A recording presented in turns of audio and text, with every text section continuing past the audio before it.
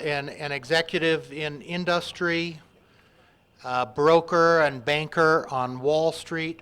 If you have some problems with technology stocks, you can talk to him. He's worked for the EPA, and he is a radio talk show host, and he runs We the People. This is important, folks, so listen up and welcome Bob Schultz. Thank you, Vaughn. Well, good afternoon. I'm going to discuss briefly my background and how I got to be in this position that I find myself in, especially with the Internal Revenue Service. I went to public school on Long Island, New York. After public school, I did well in school academically. It was a fairly large school. After public school, I went on and became an engineer, obtained an engineering degree from one of the 5 federal academies, the Maritime Academy at Kings Point. After Kings Point, I obtained a master's degree in business and finance. And after that, I took and completed most of the coursework for a PhD in public administration from the Graduate School of Public Affairs at the State University of New York in Albany. What's important here is what I did not learn. Not in high school, not in my undergraduate program, my master's program, or all of that work that I took on my PhD.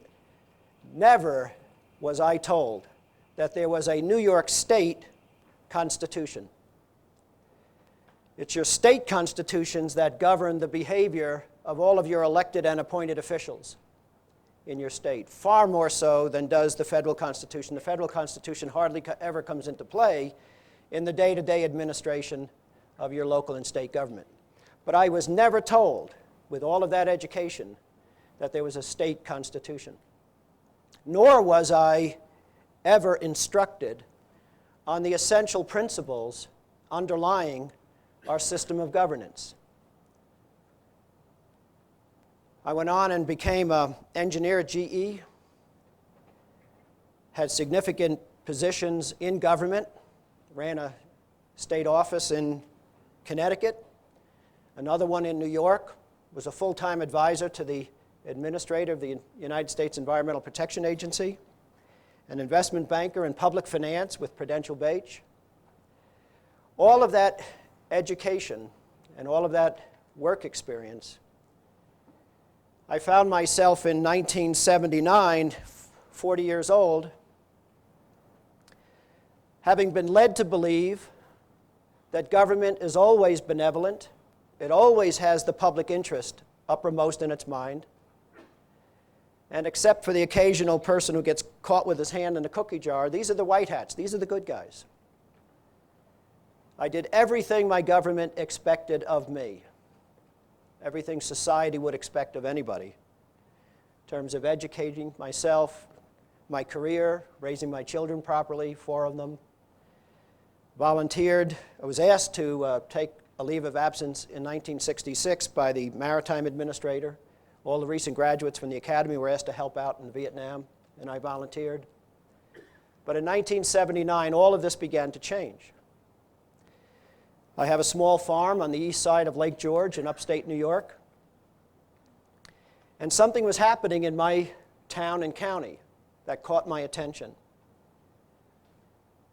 The government was advising, telling the people that this beautiful 32-mile-long lake, crystal clear, everybody drawing water right from the lake, no restrictions, drinking the water and so forth, that this lake was going to turn pea soup green in 6 to 10 years. And the tourism in the area, it's a tourist area, Lake George, New York, we have as the principal tourist attraction Fort William Henry, a fort that was built during the French and Indian War and burned down a couple of times by retreating armies and so forth, but now a popular tourist attraction, and a lot of other tourist attractions at the head of the lake. But we were being advised that tourism was going to dry up as the lake turned pea soup green, and the value of your homes would disappear, and so forth. And so we were all brought to the polls. All the people in Warren County, New York, were brought to the polls based entirely on what the government was telling them. And they were told that we need a large municipal sewer system to sewer both sides of the lake and run that sewer line down Route 9, over the ridge, out of the Lake George watershed to the Hudson River watershed, where all of this effluent would be treated and dumped into the Hudson River. Everybody said, okay, $100 million program, because the government said we were contaminating the lake with our on-site subsurface disposal systems, tile fields. One day I learned that there was going to be a talk at a small firehouse around the bend by the new sewer administrator. We decided to go, Judy and I, and listen, because I had some questions. And at the end of his speech, I raised my hand to ask the question or two that I had. And his response was, no questions. If you have any questions, see me later. I instinctively felt there was something wrong with that. And it's why I'm here today. What happened in the years following that decision by him not to answer my questions. I said to Judy, we're leaving.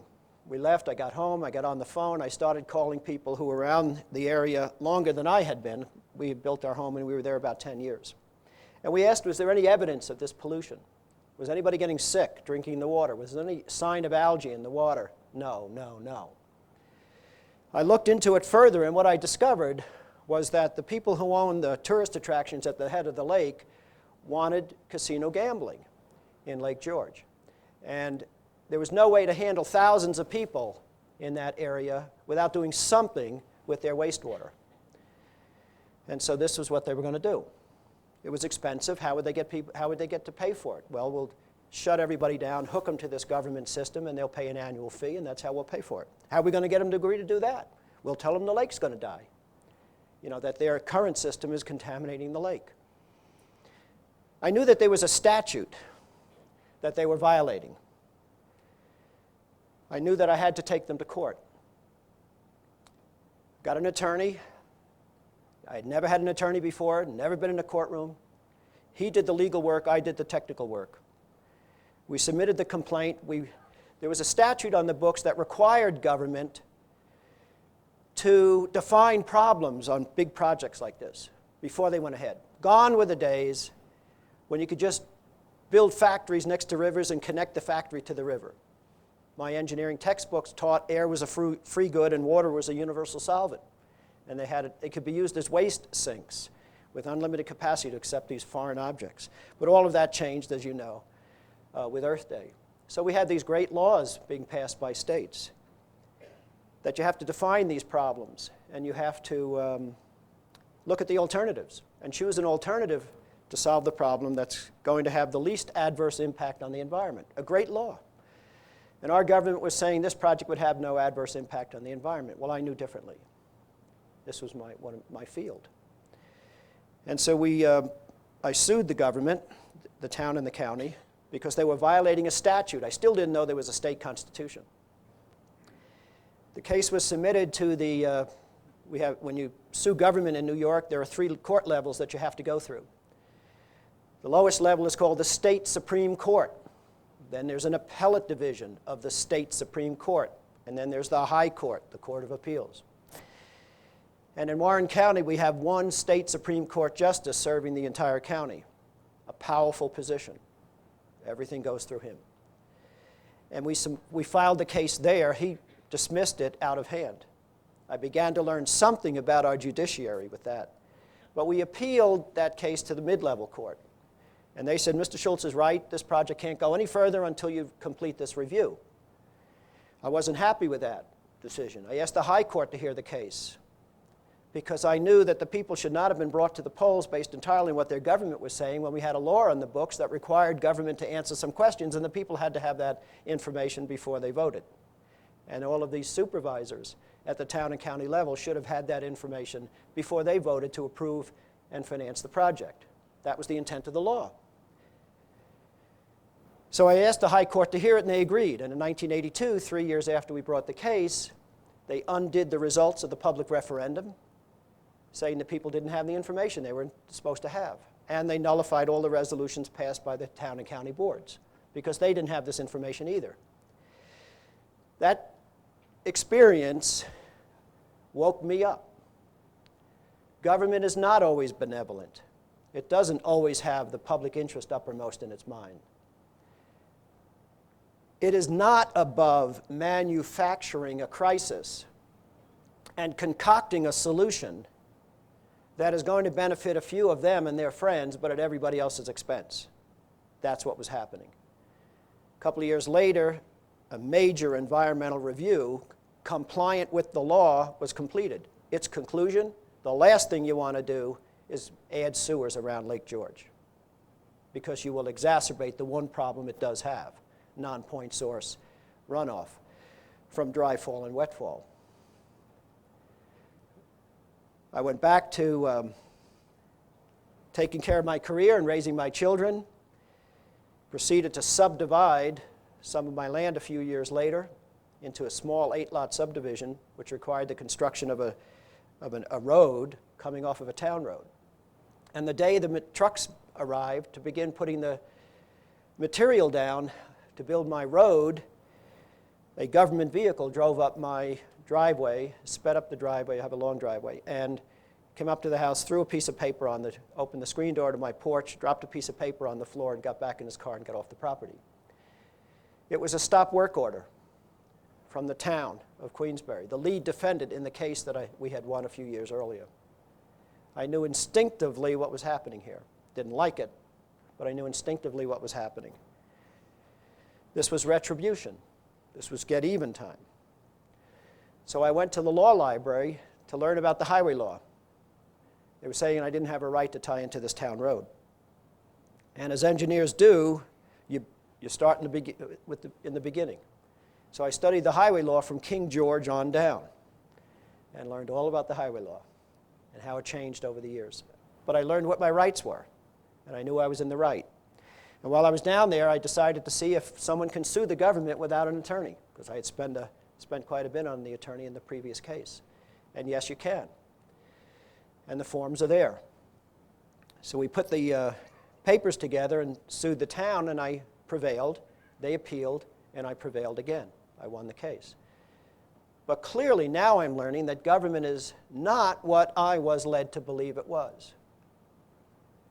It is not always benevolent. It's not above manufacturing a crisis, and it is not above, it's got a nasty side to it. It gets even. I was concerned about this. I said, if I was duped, then most people are being duped.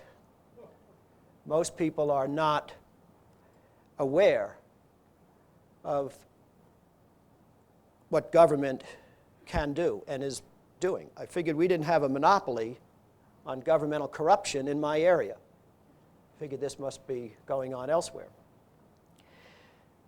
I decided to start paying more attention to what government was doing and saying. I still didn't know there was a state constitution. I knew there were statutes.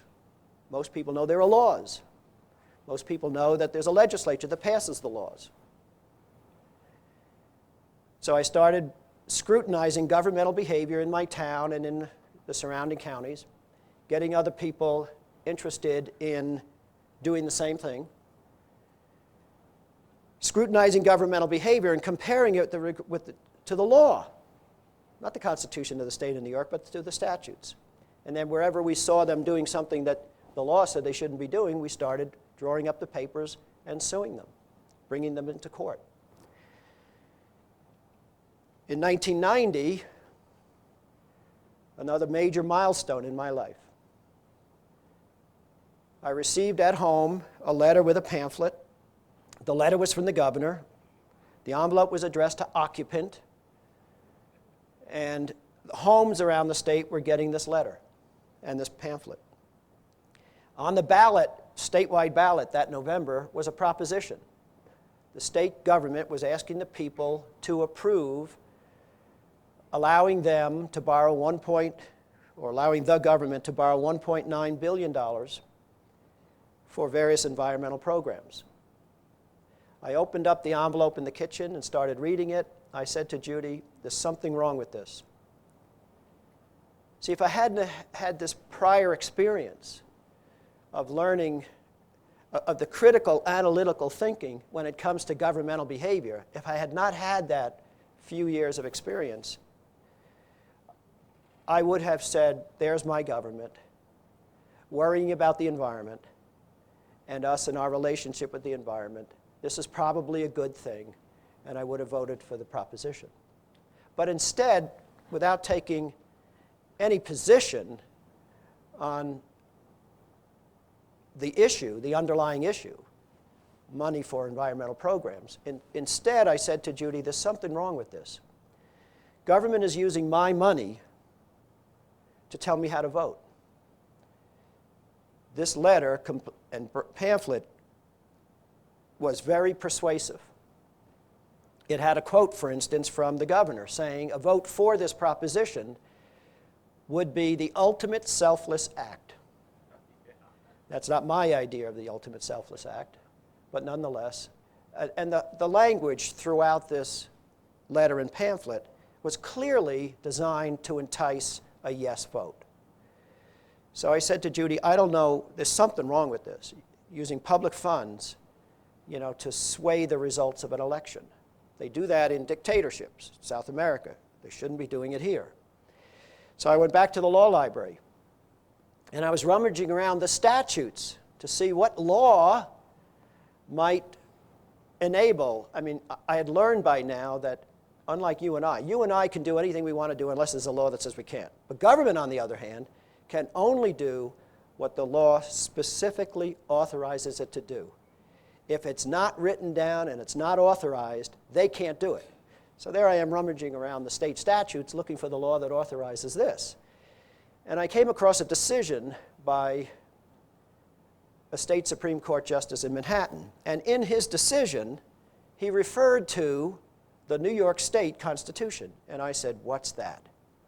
I had never heard of it. And here it was, 1990. I'm 51 years old.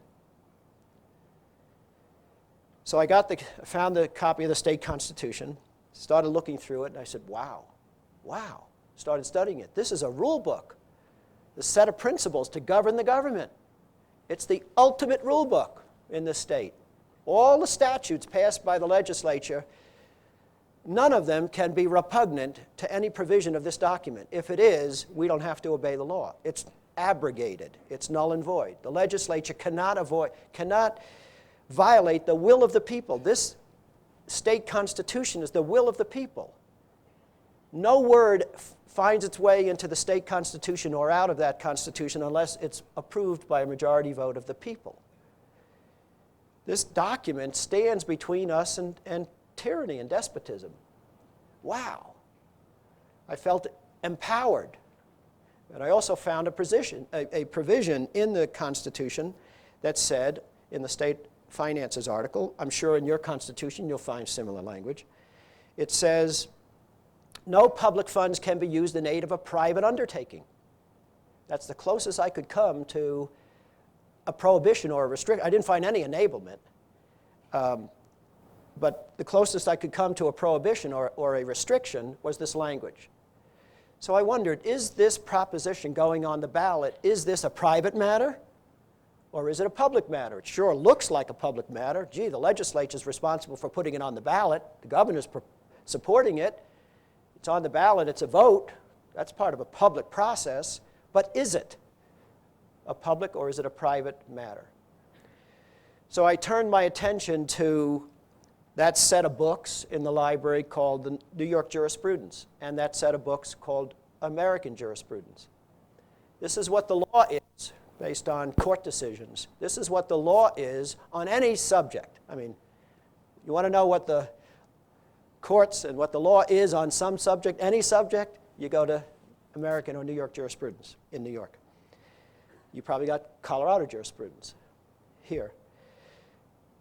And what did I find? I found this. It is the law of the land any matter going on a ballot, whether it's this lady asking for your vote because she wants to sit on your town council, or whether it's a question on the ballot put there by the state, and it's a statewide question, or is put there by the school district, or a town, or a county, any matter going on a ballot is a private matter until it passes.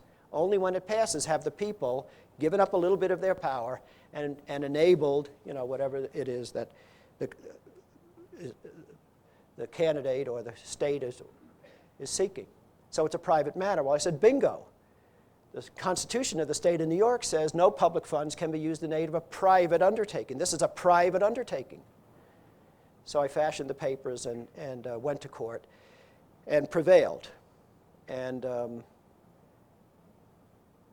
the governor was the defendant. I went into, when you sue the state, in your state, you have to sue them in the county seat, in the county where the seat of state power is, and that in New York, that's Albany. And I had heard that there were 6 million more copies of this pamphlet and letter that were about to be shipped out across the state, and I wanted to stop them. I wanted to stop the further delivery, the further corruption of this vote until the court settled the underlying question. And so I drew up the papers and the papers included a request for a restraining order, and I went down to Albany, and I found out where all of the state Supreme Court justices hang out in Albany. It's at the county courthouse. And I went into the county courthouse, and there's a directory. And I didn't know any of these guys, and I didn't want to walk up, so I chose the one who required me to walk up one flight. And that was Judge Lawrence Kahn. I love to tell this story. Judge Lawrence Kahn, I walked in his office, and there's Elaine at the secretary at her desk, and I was approaching the desk, and a man walked down the hall. It was Judge Kahn. And he said, "What have you got there?" And I said, "It's a show cause order." And he said, "Against who?" So I put my head down and very sheepishly said, "The governor." And he said, "What's he doing now?" And I said, "He's using my money to tell me how to vote." Well, our eyes met at that point. Judge Kahn looked me on, and there was a few moments went by, and he thought, and he said, "Government does that all the time, don't they?" He had never heard this before. So I said, "I don't know, but he's doing it here. I mean, government's doing it in this case." So he said, "Use that phone, get the Attorney General down here." Now, I've never done anything like this before. So I got on the phone, I called the Attorney General, and I explained I was down in Judge Kahn's chamber, and I have a restraining order against the governor, and the judge would like, someone from the Attorney General's office to come down. So he said, "Who are you?" I said, told my name. He had never heard of me. And he said, "Are you a lawyer?" And I said, "No." And he said, "Put the judge on." So I saw the judge stand there for a few minutes and then say, "Look, you have 45 seconds to get down here. I'm going to sign this, but if you get down here in 45 seconds, you could try to talk me out of it." And the judge, he got down there in 45 seconds, and the two of us argued. He argued against the restraining order, and I argued for it. And at the end of the argument, the judge said to him, "I'm siding with Mr. Schultz." And he signed the restraining order, and we went on to win the case. They appealed, and we beat them on appeal. A couple of years later, in 1992, the same governor tried it again. In the election between George Bush Sr. and Clinton in 1992, someone had called me and said, "The governor has paid for the printing and distribution of 50,000 copies of a flyer and has distributed throughout the Hispanic community of New York City to sway the results of the Bush-Clinton election, telling the people that they do not want to vote for George Bush, they want to vote for Bill Clinton, and giving reasons why." I asked the person to send me a copy of that. I looked at it and I said, "For sure, the governor is again violating, the same governor is again violating that provision of the Constitution that says no public money in aid of a private undertaking." And I put the papers together and brought the action. And, but now it's quite personal. Now it's the political fallout of this is, it was bad enough on the governor, on his loss on the Bond Act issue in 1990, which, by the way, because of the statewide publicity on that court decision, in large part because of that, the issue failed at the polls. But here it's quite personal, and now the party is rallying to the governor's defense. And so we went to the lowest court level. They dismissed it. We appealed it. The appellate court dismissed it. I took it to the high court, asked them to hear it. They did. And there they reversed the two lower courts and said the governor is violating the Constitution of the state of New York. And it was a devastating defeat for the governor. A very popular governor who had won 3 terms was unable to win the next term. It was Governor Cuomo, yes. Well, I am very concerned now as an individual about what I see happening in government. And I'm more and more determined to learn more about these constitutions and the thoughts and the writings of the people who we have to thank for these documents and all of these underlying principles. And my research, I settled on Jefferson. I kind of liked him the best. And my interest in Jefferson brought me to his home in Monticello, Virginia. In Charlottesville, Virginia, his home is called Monticello. And while there one day, I went to the bookstore and was buying various books. And then there was this book on a bookstand that actually frightened me. I said, I can't buy this book. I'll never understand it. It'll be way over my head. I thought it would just be a waste of money. The title of the book was The Constitutional Thought of Thomas Jefferson. It just frightened me. But I eventually purchased it thinking I'll read it when I go on vacation sometime, because I'm a slow reader, I comprehend, and I can't have any distractions, so I'll just go on vacation sometime and I'll read the book. And the book hung around the house for 2 or 3 years, went on vacation, got through the first 4 chapters. The first 4 chapters of this great book deal with the history of republicanism, small r, the philosophy, not the party. The history of republicanism and the role it played in the founding of our system of governance. Republicanism, the word, and Whiggism, the word, are used interchangeably. So I found I had the same reaction upon learning of all these essential principles, the underlying principles, the principle of popular sovereignty. I had the same as an example, the same reaction as I had when I found out that there was a New York State Constitution. Why didn't I know this? Why didn't I understand this? How important it is. What a blessing it was to have been given our system of governance. The liberties, the rights, and the freedoms, a servant government with the people having the ultimate power and sovereignty. The only place on the entire globe throughout history, before or after the revolution, right here. It's a servant government. It's government based upon the consent of the people. I knew that people everywhere in this country know that the people are the source of all political power. You can't get into office unless we put you there. So we're the source of political power. But I came to learn that hardly anybody seemed to know that all of government, from the very top, President, Congress, the Supreme Court, to the lowest level of government, the highway superintendent, the board member, the county board member, the village mayor.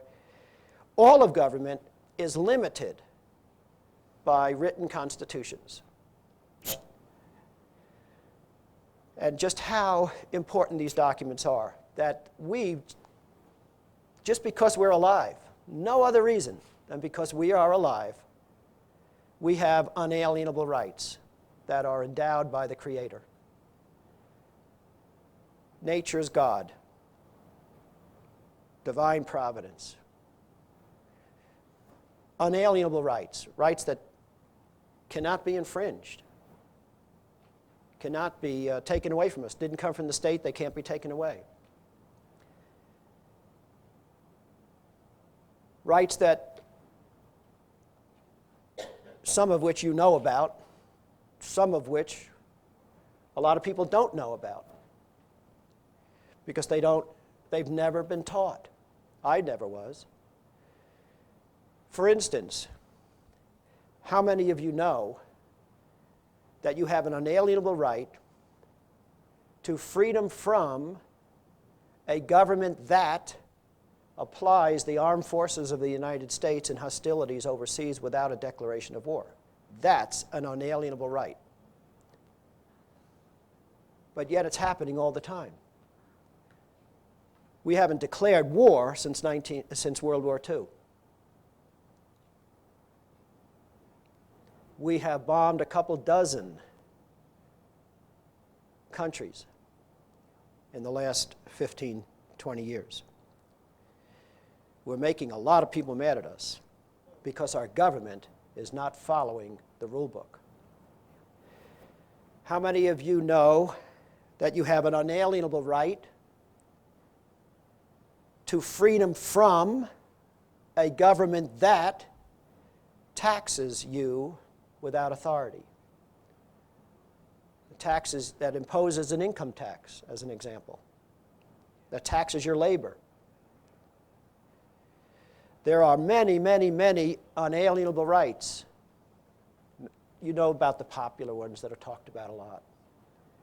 The right to free speech, worship as you wish, and so forth.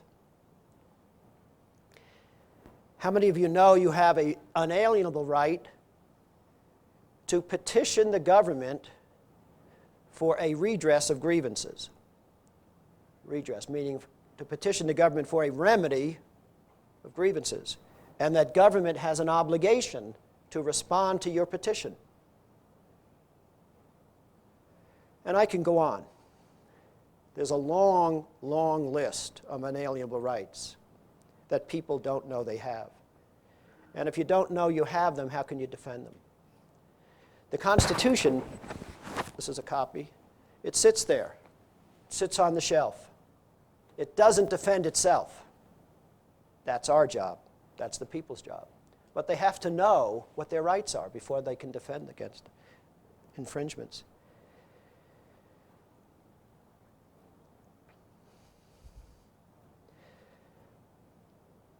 In 1990, I found myself as a talk show host on a principal Albany, New York radio station, WRW, during the 3 p.m. to 6 p.m. drive time. Everybody gets out of work and they have an attitude. But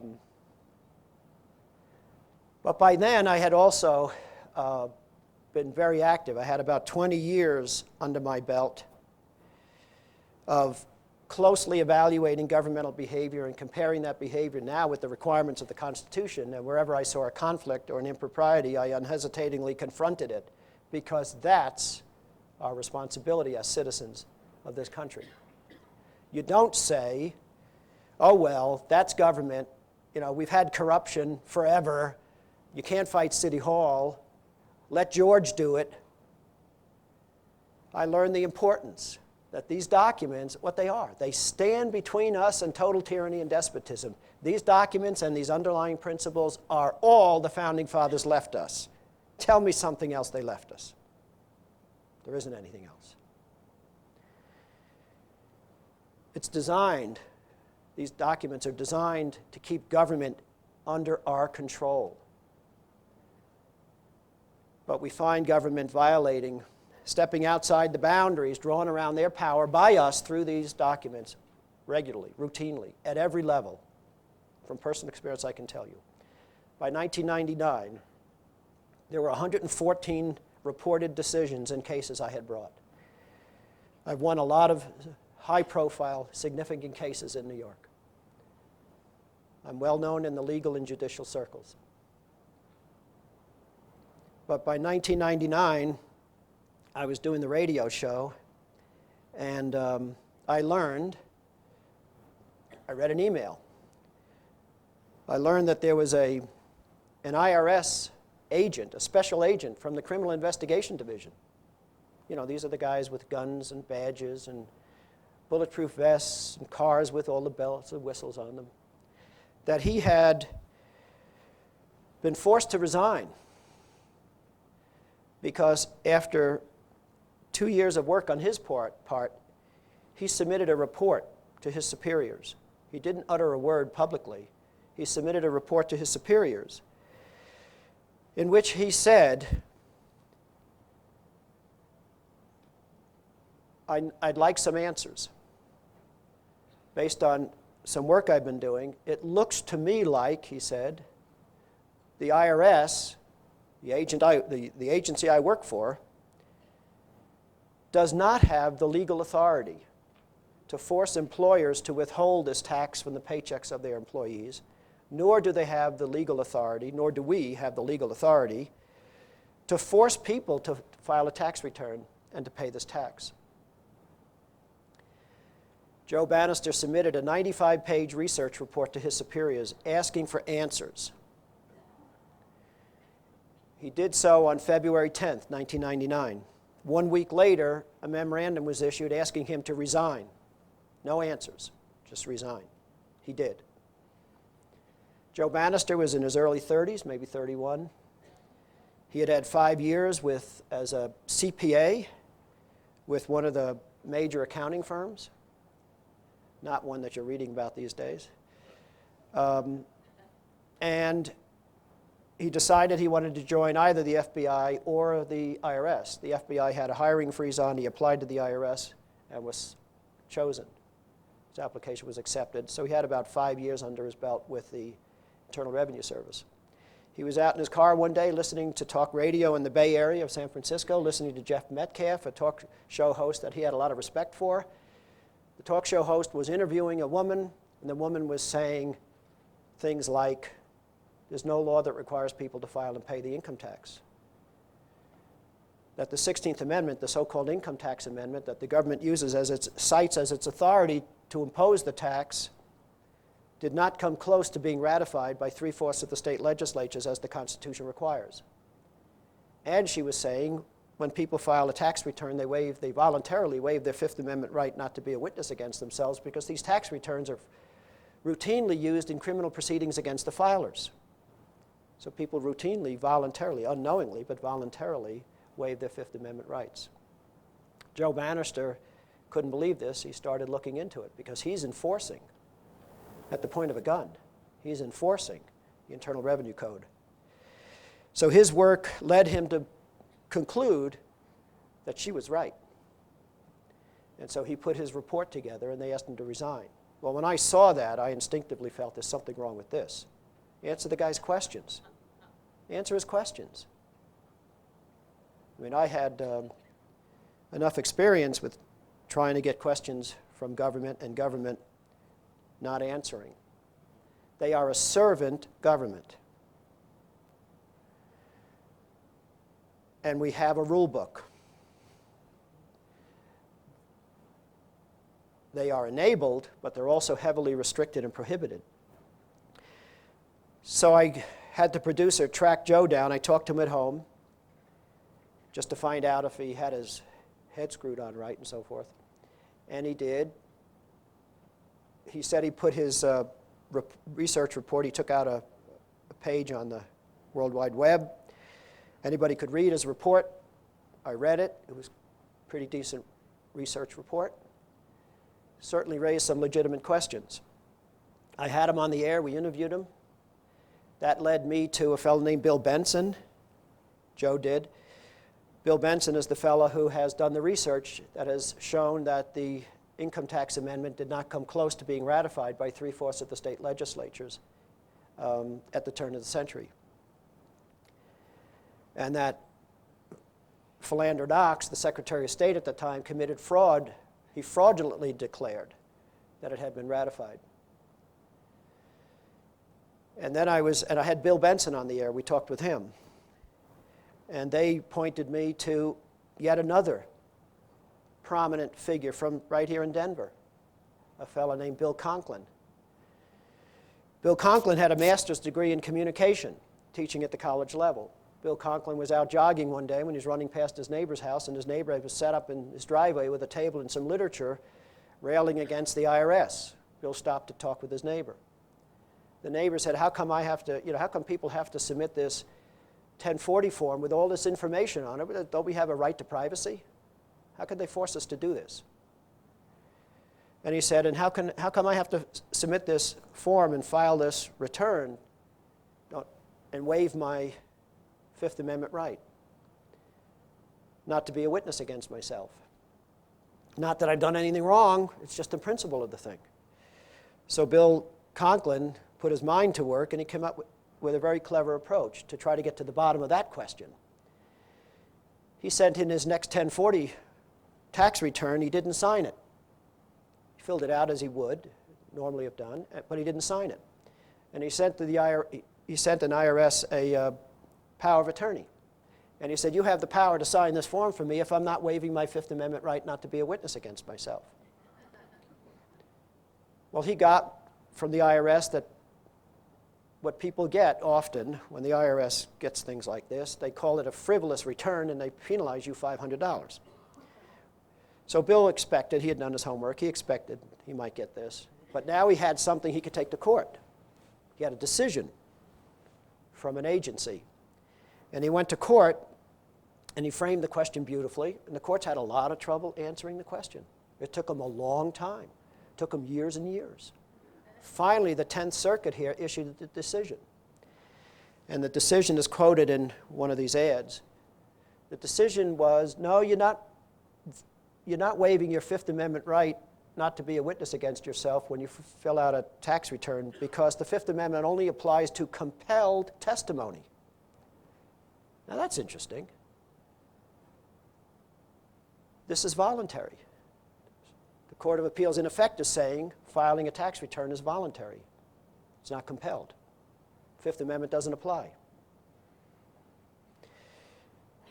So Bill has voluntarily not filed his tax returns any time since. Well, I had heard enough.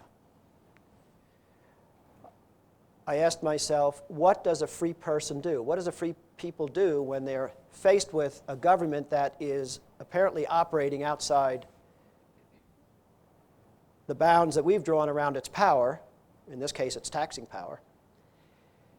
I decided that I would have my foundation, the Foundation for Constitutional Education, the We the People Foundation for Constitutional Education, that we would sponsor. The appropriate next step would be if we sponsored a symposium, an academic symposium, at the National Press Club in Washington, D.C., 1 block from the IRS building.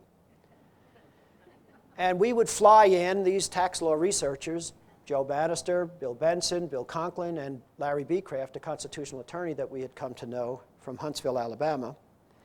And we would fly them in, and 60 days before the event, which was scheduled for July 1st and 2nd, we would very respectfully send copies of their research reports with a letter to the leaders of our two political branches, the executive and legislative branches, with a copy to the Commissioner of IRS. And that we would very respectfully request that they identify their most knowledgeable people and have them participate in an academic symposium at the National Press Club on July 1st and 2nd and debate and discuss these issues with these people, because the evidence is substantial and it's credible. And these are questions that we the people have of our servant government. We have to get to the truth. The evidence suggests there's no authority behind this tax. And yet we know what the IRS is doing out there every day. So it's important we have to get to the truth. We wrote that letter, and everything I'm describing now,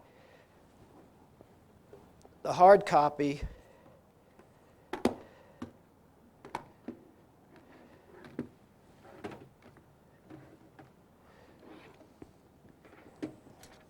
everything I'm describing, the hard copy of which is in this booklet, or in this book. So on May 5th, we wrote this letter, and they didn't respond. By June 5th, we sent a follow-up letter. There was no response. Now, this is suspicious. Nothing, not even an acknowledgement of a receipt of the invitation. Usually in a case like this, if they didn't want to attend, you would get some sort of letter that said, thank you for the invitation, but we can't, we got a scheduling conflict or something like that. So you'd get this perfunctory letter in which they would say that they couldn't make it. But nothing, not a word. So we went ahead with the conference anyway. They didn't show, but C-SPAN did. C-SPAN broadcast it live and then rebroadcast it 4 or 5 times in the following days. Now, can you imagine what was going on in the offices of 535 congressmen and their aides? Every one of those office suites has at least 2, sometimes 3 and 4 TV screens that are tuned to C-SPAN. And there on July 2nd is Joe Bannister presenting the results of his report, and Bill Benson and Bill Conklin, basically saying that the income tax is fraudulent in its origin and illegal in its operation. And these are credentialed professionals. Their jaws must have dropped. But we had 75 people in the audience that day, and the question came, what now? The government's not responding. What do we do? What does a people do, a free people? And I said, I don't know. Maybe we have to take a page out of Mahatma Gandhi's book. Maybe we need a proactive, nonviolent mass movement here. But let's get together in November, back here at the National Press Club, November of '99, and let's talk about this. And let's try again. Let's have everybody back here, and we'll again invite the government to attend. We did. They didn't show. What did we do at that November conference? We put the finishing touches to a formal petition for a redress of grievances. We called it a remonstrance. And we decided that we would put it on our website, ask people to read it. If they wanted to sign it, they could. We got about 7,000 or 8,000 signatures. And we said that at the November meeting that we would deliver this to the leaders of all 3 branches, including the courts, because of the role the courts have apparently been playing in this hoax, in this alleged hoax. We said we'll deliver this on April 13th, now the year 2000. And we also said in November that it would be nice if we had a delegation of people representing all 50 states in Washington in support of the delivery of this formal petition regarding the legality of the income tax on April 13th. April 13th came. We had tried again. We brought in all of the researchers, had invited the government to attend. They chose not to. We had the remonstrance signed by some thousands of people. And we had been seeking an audience at the White House and at the Capitol. And we were having difficulty getting them to take us seriously. But on the internet, on our website, we kept adding more names of people who were coming at their own expense from all over the country in support of the delivery of this petition for a redress of grievances. And the government was watching this, of course. And we did have in Washington that day a delegation of people representing all 50 states. The White House called and said, we'll see 3 of you. The rest will have to wait outside the White House, outside the gate. We decided it would be Joe Bannister and myself and a videographer, somebody with a camera to record everything. We were led in the White House to the offices of Jason Furman, President Clinton's economic advisor. On tape, he accepted this petition for the president.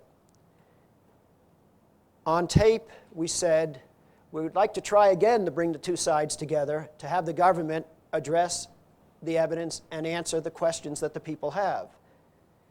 People from all over the country have. in this formal petition.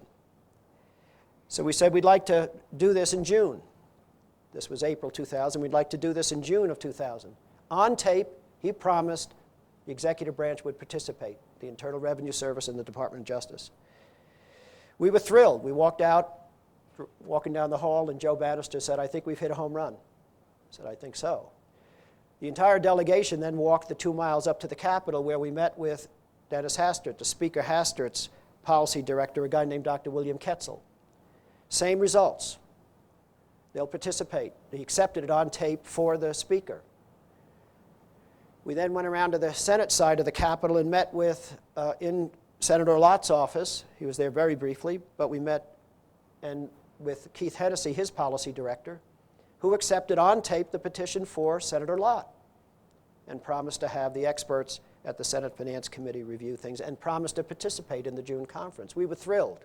All across America, the people who have been abused by this system and who have been watching these developments for years, questioning that knew about these issues a lot longer than I had, there was a buzz across the land. Finally, the government's going to answer these questions.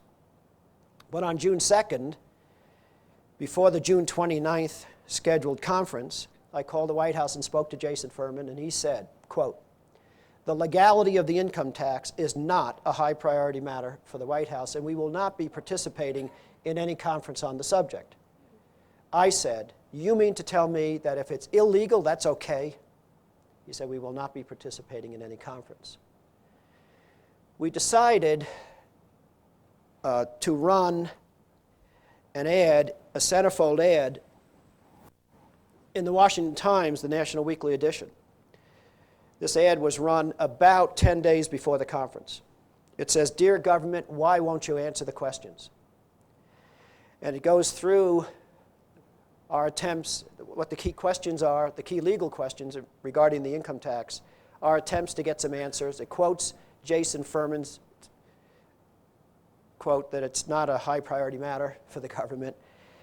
And we print an open invitation to President Clinton, Senator Lott, and Speaker Hastert.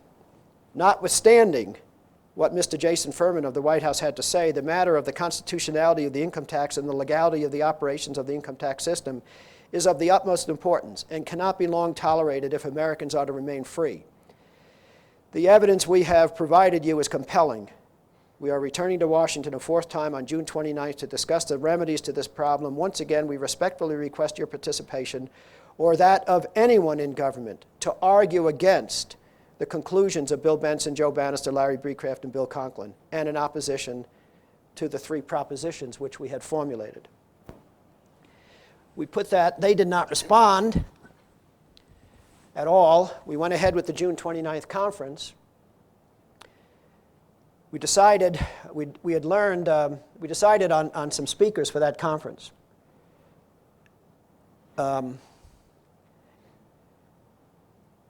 We had just learned about Galen Whitey Harrell and Marcella Brooks. Galen Whitey Harrell was on trial, had been on trial for willful failure to file his income tax returns for 4 years. In Springfield, his trial took place in Springfield, Illinois. He and Marcella Brooks was one of the jurors. We had the 2 of them speak at the June 29th conference. Here is what, in summary, what the juror said happened during that trial. During the trial, Mr. Harrell had an attorney, and during the trial it was brought out that he had repeatedly over the years provided arguments that the income tax was without legal foundation, that it was not forced, it was voluntary, he was not forced to pay, and that he had repeatedly requested of the state and federal authorities to show him the law.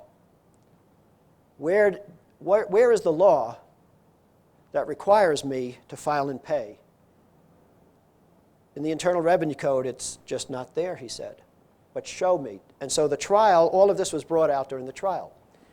Then the judge charged the jury. The judge said to the jury, you have to decide this case based on the facts alone. That's not true. Juries can decide cases based on the fact and the law. If a jury decides that the man violated the law, but that the law is unfair, they can acquit the man because the law is unfair. That's the power of a jury. But the judge didn't tell the jury that. The judge said to the jury, decide the case based on the facts. Did he file or didn't he file? So the jury went off, according to Marcella Brooks, the jury went off into the deliberation room, and they took a quick poll. How do you feel? Do we acquit or do we convict? And everyone in the room said, well, I guess we have to decide the case based on the facts. The facts are he didn't file. I guess we have to convict him. One person spoke up and said, now, just a minute. We learned that he was asking where the law is that requires him to file and pay. Why don't we send a note out to the judge? Which they did. They sent a note out to the judge saying, would you send into us the section of the federal law that requires him to file and pay and the section of the state law that required him to file and pay? The judge sent the note back. No, I'm not going to do that. The jury sent another note out to the judge and said, we'd like to see the transcript. We'd like to see the evidence. We'd like to see the evidence that he asked the government to show him the law and what the response of the government was to each of those requests. The judge sent a note back. No, I'm not going to do that. Now, they're entitled to that information. The jury can ask, to see some of that evidence that was brought out during the trial. But the judge wrote back and said no. It took them all of 3 minutes to walk out and acquit him of all four charges, willful failure to file. Now, that's a true story, of course, and that came out during our conference. Well, now we're upset. Government didn't show. We decided, what does a free people do now? What's the appropriate next step on this issue where we have government apparently operating without authority and will not justify its behavior? What do we do as free people when our servant government violates our will? Do we just say, that's life? We've had governmental corruption forever. Can't fight City Hall. Let George do it. No. We decided we had reached the point where evasion equals admission. At some point, evasion equals admission. So we felt the appropriate next step was to try and bring this information out to the general public, the people who don't have a clue, the uninitiated. So we took an ad in America's only national newspaper, the USA Today. For $67,000, we ran this ad on Friday, the Friday edition. You pay a little more, but when it comes out on Friday, because USA Today doesn't print on Saturday and Sunday, this is out for 3 days. And anybody renting a room on Saturday and Sunday, you open your door, there's a newspaper there, it's usually the USA Today. So a lot more people would read it if we published on Friday, which we did. Dear We the People, it's a message to the people. Most citizens are not required to file an income tax return. The 16th Income Tax Amendment to the Constitution is a fraud. If you file, you waive your Fifth Amendment rights. Then it goes on to say, according to credentialed professionals who have done research and so forth. And we said to the people, educate yourselves on these issues. It's important that you look into this. And here's a list of 10 websites that you can go to for more information. So it was an educational piece. We ran another one on February 2nd last year. The photos and names of 3 former agents. 3 agents. Question, what do these 3 people have in common? Answer, all are ex-agents, IRS agents who have resigned their positions and joined a growing number of former and present IRS officers, attorneys, certified public accountants, and retired judges who believe and assert that, and then it gets into what they believe and assert based on their work. Again, it's an educational piece. We're not telling people to file or not to file. We're just educating people on what credentialed professionals have discovered. We ran another ad on March 2nd last year. What do these men have in common? They're all employers who have stopped withholding taxes from their workers' paychecks based on their review and the review of their CPAs and attorneys. More facts about that have come out of the research. We ran another ad on March 23rd last year. Question, do you have to file a federal tax return or pay an income tax? These experts say no. These are three more principal tax researchers: Bill Benson, who did the work on the 16th Amendment, Larkin Rose, and John Kottmeyer. We plan to run 12 of these. Things started happening quickly after we ran the fourth ad. March 23rd last year, this ad was run. On April 5th, the Senate Finance Committee scheduled, on a hurry-up basis, a hearing on our ads. I received, April 5th last year was a Thursday. I received a phone call late at night, the Friday before, from David K. Johnston. David K., C-A-Y, Johnston, the New York Times. He said, did you know that the Senate Finance Committee is holding a hearing on your ads next Thursday? And they're going to have blow-ups of your ads on easels. And I said, no, I didn't know that. He said, what are you going to do about it? I said, I don't know. What do you do? And he said, why don't you call the committee first thing Monday morning and get on the witness list? Testify at the hearing on your ads. We'll be all ears.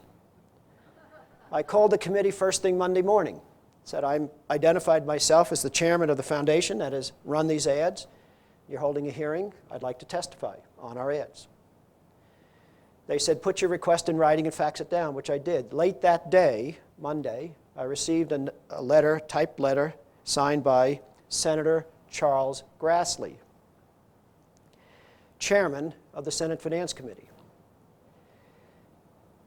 I should say, I've since learned that Senator Charles Grassley, a farmer from Iowa, the size of his farm has quadrupled since he's been in Congress. But I should also say that I was watching Washington Journal one morning where this came out, that he and his son, who owns another farm, and other relatives that own farms, they received substantial checks under the Farm Bill and so forth, farm subsidies, which comes from, it's called a transfer payment. All of the transfer payments, money that is transferred from people who earn it to people who don't, all transfer payments come out of the revenue of the income tax. But Senator Charles Grassley wrote to me that day, on Monday, and said, the witness list is closed. You will not be able to testify. But if you want to submit a statement, we'll consider whether or not we'll add it to the record. Now, there's something seriously wrong with this. I mean, congressional committees hold hearings, fact-finding. I mean, they hold hearings to gather facts because there may be a need for new legislation or something of that sort. So I called Joe Bannister and Benson and others and said, I think we should go down there and be there Thursday, at least let the record show that we were there willing to testify, and they wouldn't let us. And we'll have a statement in case we can't speak. We'll have a statement we'll submit to the record. Wednesday before the hearing, I received a fax of an article that appeared in the St. Petersburg Times. The reporter there had called Grassley and asked him, how come Bob Schultz and the We the People Foundation, people who have sponsored these ads, are not going to be able to testify at a hearing on their ads? And Grassley's response was quoted in that article. he said, because their message, meaning our message, will detract from the message we're trying to convey.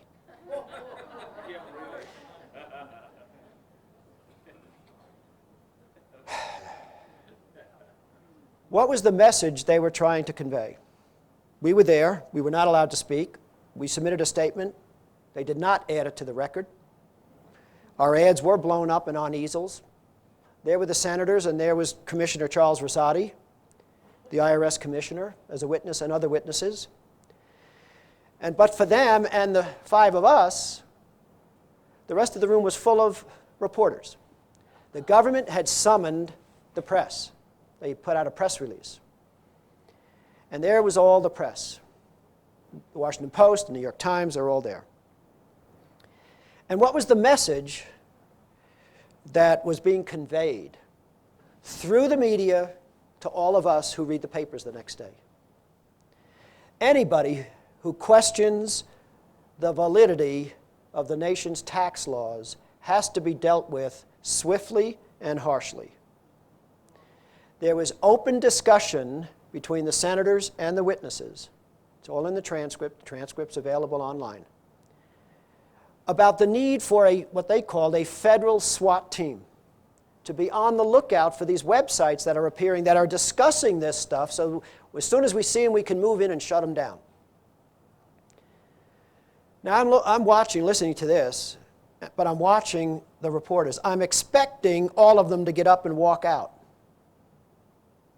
You're talking about a Fifth Amendment right to free speech here, something they know all about, and they're quick to defend if they're told they can't print something. Nobody got up. Nobody even sat back and rolled their eyes. I was expecting somebody to go, oh, God, listen to this. Nothing. I've since been watching this process. It goes on every day in America. Government wants to tell us something. They talk through the media. The media quotes officialdom. The dominant media quotes officialdom. They put it out in your newspapers and on your television sets. And then they run a poll a couple of days later asking what the people think. And what do the people think except what they've been reading in the paper and on television? Fed to them by the government. This goes on every day in America. I saw it personally and up close on this issue. That was April 5th. On April 9th, we had scheduled, long before we had learned about this hearing, an IRS walk-around. An IRS walk-around on April 9th last year. Hundreds of people paid their own way to Washington. 3 weeks before, we had written a letter. Again, everything we do is professional, it's respectful. We wrote to the Commissioner of IRS, and we said, there will be as many as 1,040 people gathering at the Jefferson Memorial on April 9th, and we're going to walk over, and we're going to walk around the building 7 times. And we will be at your front door at 1111 Washington, Constitution Avenue. We would respectfully request that you come out and talk to us. And if you can't address the issues, at least let us know when your experts are going to be available to meet with our experts in a public forum to discuss these issues and address this evidence. He didn't show. We were there. We said we'd have a podium and a portable speaker system. He didn't come out. He was in there. What was he doing? We found out a couple of days later. The New York Times ran a full-page, almost a full-page article in which they had his picture. And the article started out, while a few protesters gathered outside, there were a lot more than a few of us, and we weren't protesting. The Commissioner of IRS, Charles Rosati, was inside, cool and relaxed, reflecting on his first 3.5 years in office. So this was a puff piece on the Commissioner, arranged by the Commissioner, an interview at the precise moment we were expecting him outside. That was his answer to our request. Then on April 11th, I got a call from Katie Emery, the advertising representative at USA that we had been dealing with. She said, we can't run any more ads. And I said, well, no, why is that?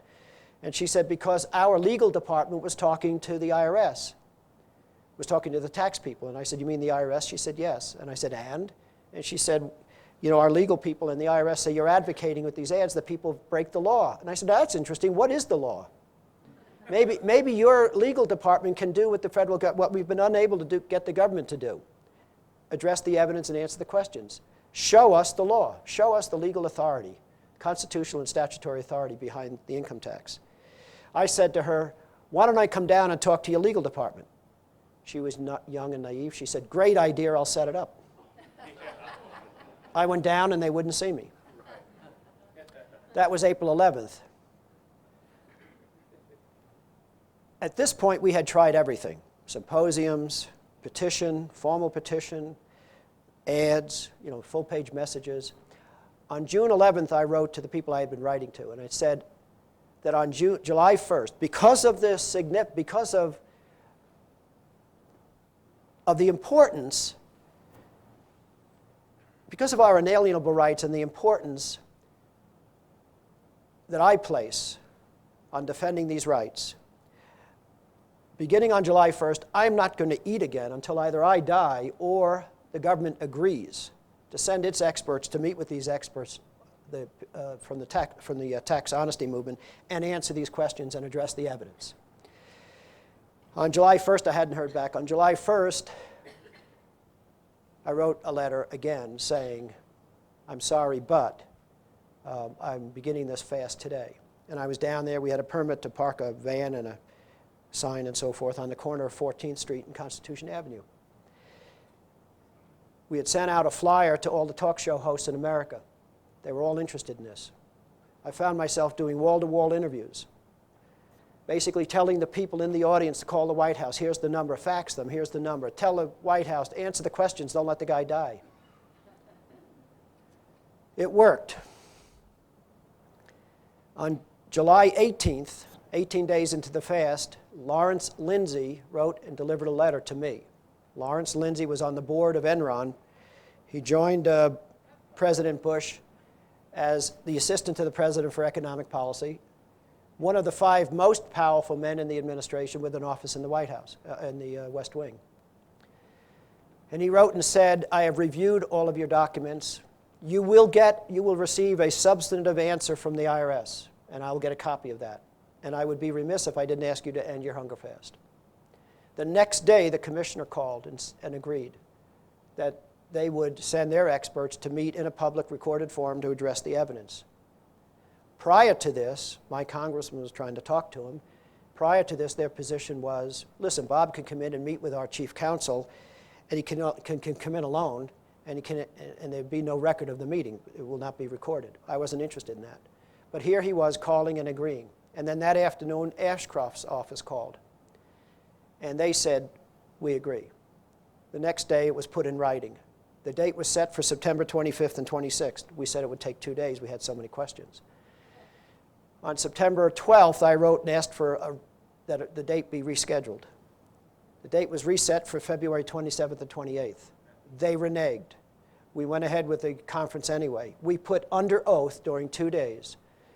Under oath, we put constitutional attorney, tax attorneys, including a tax attorney that had worked for a number of years in the chief counsel's office at headquarters of IRS.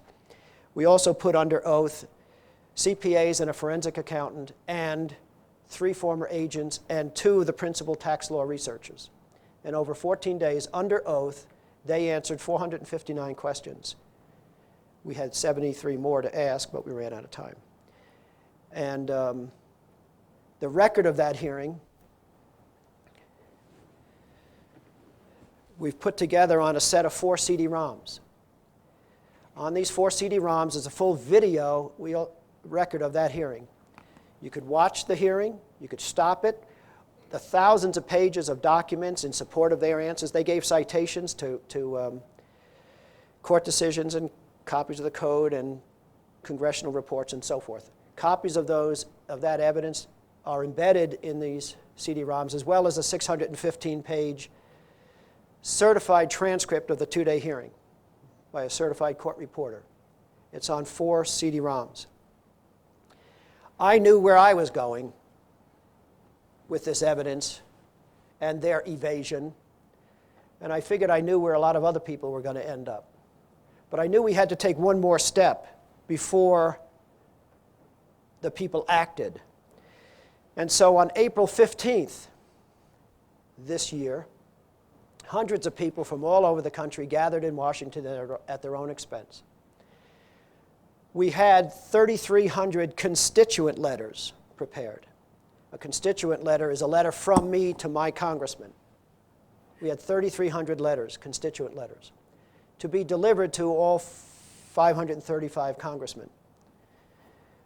The letter said, attached is a copy of the record of the hearing.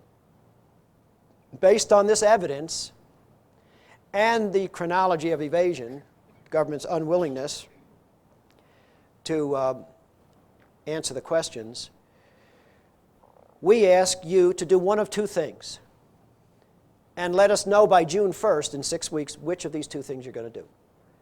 We ask you to either schedule a full-blown congressional hearing requiring the IRS and the DOJ to appear before you and address the evidence and answer the questions, or direct, through legislation, direct the Department of Justice and the IRS to stop enforcing this code as though they had authority to do so.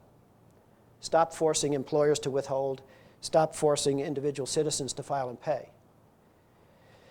And let us know in 6 weeks what you're going to do. Over the next 6 weeks, we got about 65 letters. Not one of them referred to this evidence. Not one of them referred to the hearing. They were all non-responsive responses. My congressman, for instance, wrote on April 16th, "Dear Bob, I agree. The level of taxation is overburdensome. I supported President Bush's bill, blah, blah, blah. I support this guy's bill, blah, blah, blah. All of this is designed to reduce the level of taxation. Thanks for your interest." Senator Fred Thompson of Tennessee wrote to his constituent, "Thanks for dropping in while you were in Washington. We always appreciate it when Tennesseans drop in. By the way, did you know we have a website? Da-da-da-da-da-da. Thanks. Come again." Non-responsive responses. They're all in this book. Then, that was June 1st came and went, and on June 10th, does anybody here not know who Ari Fleischer is? Anybody not know? Ari Fleischer is the White House press secretary, President Bush's press secretary. He conducts these White House press briefings with the White House press corps frequently, and they're usually covered live by C-SPAN. And usually he'll open them up with some statement that, in other words, indicating where the president is on some current event, and then opening it up to the press corps. And usually the press will, they can ask any question they want to ask.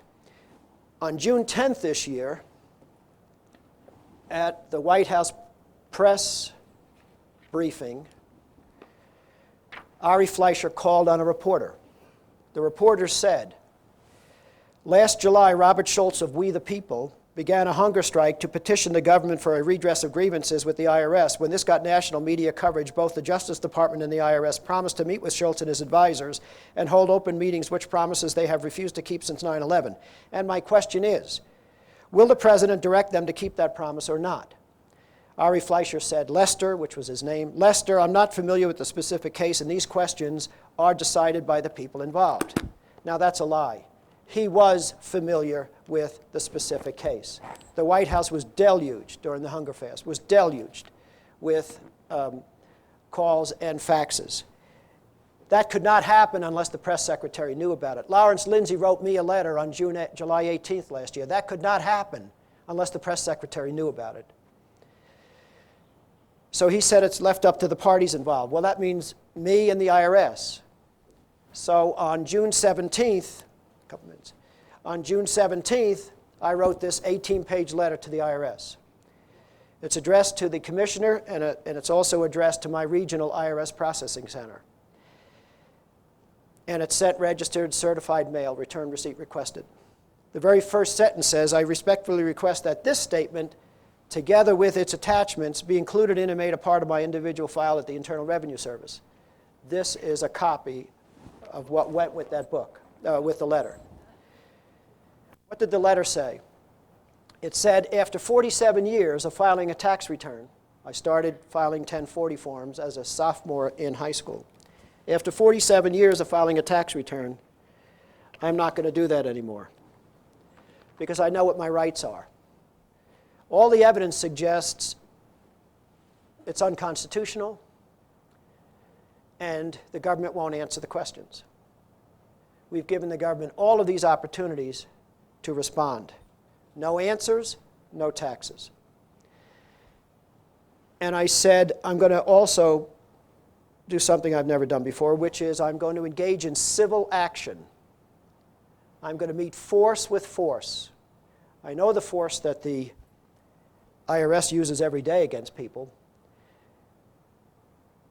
And it's our heritage, it's our right to meet force with force. And I defined the force I would use as a proactive, nonviolent mass movement. One of the things we've decided to do, we knew that whatever the people do in response to this infringement of an inalienable right, and in response to the infringement of every one of our inalienable rights, there is not one right that we have that is not being infringed and eroded. Not one. And there's no organization in America that is strong enough, has the traction to stop the erosion of any one of our rights. Not even the NRA can stop the erosion of the Second Amendment right to keep and bear arms. Every one of our rights is being eroded. We ran this full-page ad in the New York Times on February 10th, the Sunday edition, 2 weeks before the February 27th and 28th hearing.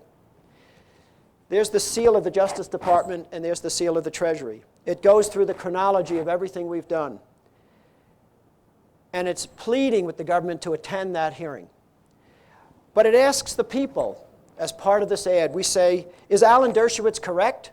He says we have no unalienable rights. He says all of our rights are subject to modification. Alan Dershowitz says the Constitution is just a piece of paper. Alan Dershowitz says government should not be limited by the Constitution because government can do good things for people. He said all of these. I've just quoted his exact words. I sent that text to the New York Times. I heard back from the lawyer for the New York Times, and he said, did Alan Dershowitz really say that? Because if he didn't, we could expect to hear from him.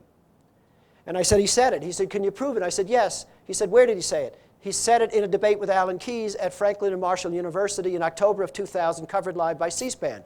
He said, do you have a copy of the tape? I said, yes. He said, do you mind playing the tape on the television and holding the phone there so I can hear him say that? And I said, yes, and I did. And he said, okay, that's Alan, and he ran the ad. All right? Alan Dershowitz, for those of you who don't know, is a law school professor at Harvard, which means there are a lot of little Dershowitzes running around. And this is what they believe. Now, he could never say this if he didn't think he could get away with it. If he didn't think that most Americans, don't know what their rights are. And, there's not going to be any outrage over this. It's serious. It's serious. Either we have a constitution or we don't. Either we have a servant government or we don't. Either we have a constitution that limits them or we don't. So the civil action I've decided on is, one, we need an organization. We need to organize the people. Those of us who, let's hope there's 1/10 of 1% of the people, it's 300,000 people. Let's hope there's at least 300,000 people in this country who understand what our system of governance is all about and the way it's designed to work, and the fact that the way it's designed to work is in sharp contrast to the way it's working. Let's hope there's at least that many of us. And whatever we do, I decided, we had to do by the numbers. Gandhi's right. It has to be a mass movement. So we're forming the We the People Congress, an organization for the people, whose purpose is to avoid political questions and to focus on issues of governance. Get word out into these communities about these underlying principles, information people aren't learning anywhere else, and an organization that can do something that has the power, the strength to do something about wrongful governmental behavior, to get them back under our control and the control of the Constitution. Try to get the government to follow the rule book. So go to our website. All of this that I've been talking about is detailed and chronicled. Go to our website, www.givemeliberty.org, and join the We the People Congress. We're putting coordinators in place in every county. There are 3,141 counties in 50 states. That's 3,191 positions to fill. We're well on our way. We only started this about a month or so ago. And there are about 600 positions filled so far. It's going very well. But consider joining. And then the other thing we've decided to do is have a freedom drive. A freedom drive on Veterans Day weekend. On that day, from 5 cities on the West Coast, cars, vans, and trucks will leave and head to Washington. When they get to Salt Lake, more cars, vans, and trucks from the north and from the south will join them. They'll go on to Denver. And on the morning of the 11th of November, they'll leave Denver, where more cars, vans, and trucks from the north and from the south will join them. They'll go on to Kansas City, they'll go on to St. Louis, and eventually on the 14th of November, they'll reach Washington, where a whole lot, hopefully, of cars, vans, and trucks will join them. And there'll be a rally on the mall. And the message to government and to our countrymen is we have a rule book. We expect government to follow it. We're getting ourselves in a lot of trouble in America because government is not following the rule book. In closing, in response to everything we've done, we've put on the website. And we've asked people to, people have asked if they could have a copy of this letter that I've sent and this evidence because they want to put it in their file. And so we've put my copy on a floppy disk and all of these attachments on a CD-ROM. For a donation, if you don't have it, that's fine. But for a donation of $10, you can obtain this from our table in the back and the record of the hearing on a set of 4 CD-ROMs for a donation, a requested donation of $30. Or if you want the record of that hearing on a set of 2 8-hour VHS tapes for a donation, a requested donation of $30, you can obtain that record. Thank you very much.